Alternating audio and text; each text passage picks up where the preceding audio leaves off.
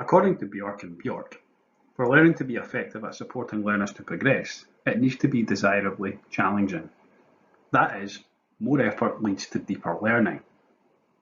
To consider this, let's think about the challenge of jumping across a ditch.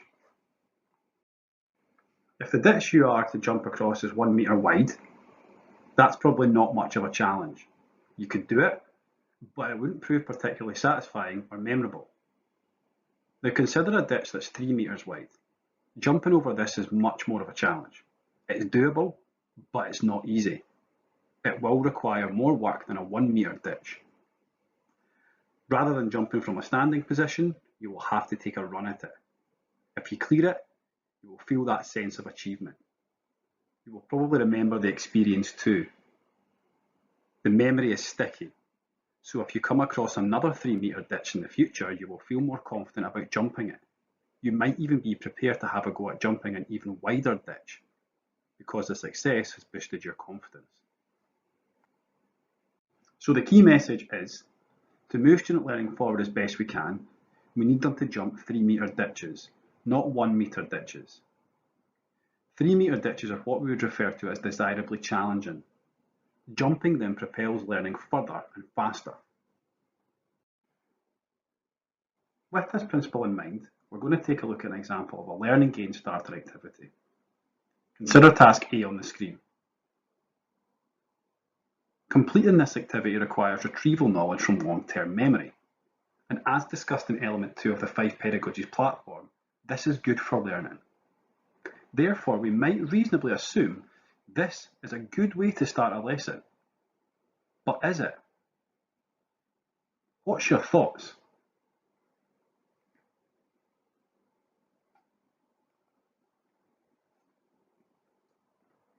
I'm going to suggest it could be better. The reason relates to how challenging it is. This is a 1 metre ditch activity, but we need to try and make it a 3 metre one. What I would like you to consider now is contrast task A with the following suggestions.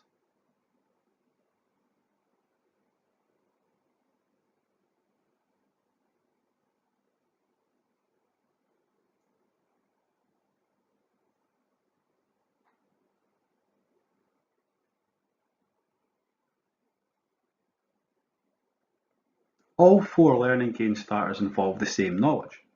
However, what learners are expected to do with this knowledge becomes progressively more challenging. By coming at the same knowledge from different angles, there is a progression in how hard learners must think. Consider the following plenary that concludes an introductory lesson on climate change. How wide do you think the ditch is this time?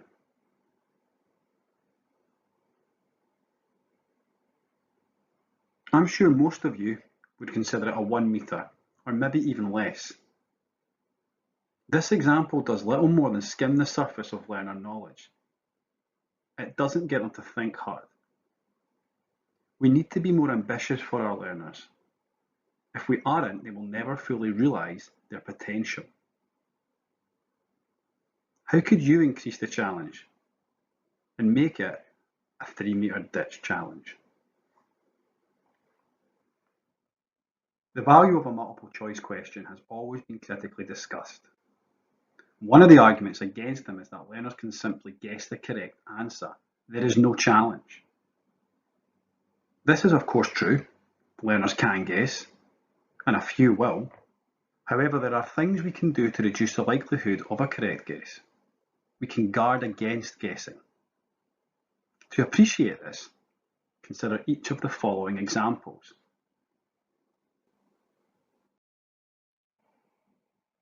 Here's example 2.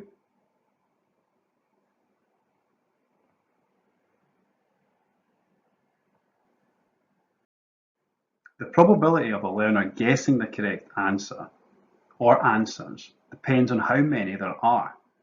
By not making this explicit, we can make it even more difficult for learners to get the correct answers by guessing. Rather than learners guessing, we should encourage them to tell us if they don't know. Saying I don't know or drawing a question mark on a show me board should always be acceptable and preferable to guessing. A correct guess will always disguise an underlying issue. That said, this approach does come with a health warning, as it could create that I don't know culture, which fosters laziness and an easy escape route from thinking hard. It's down to you as the practitioner to tune into this and consider the likelihood that when a learner tells you, I don't know, what they mean instead is, I can't be bothered, or I think I know, but I'm not very confident. This skill is essentially rooted in knowing your learners.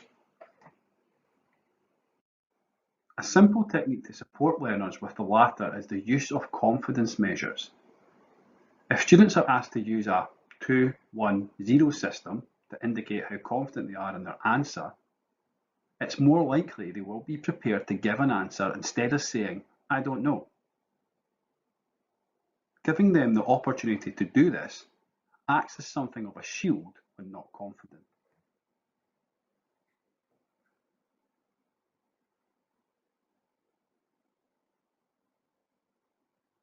The following questions will encourage further reflection and professional dialogue between colleagues.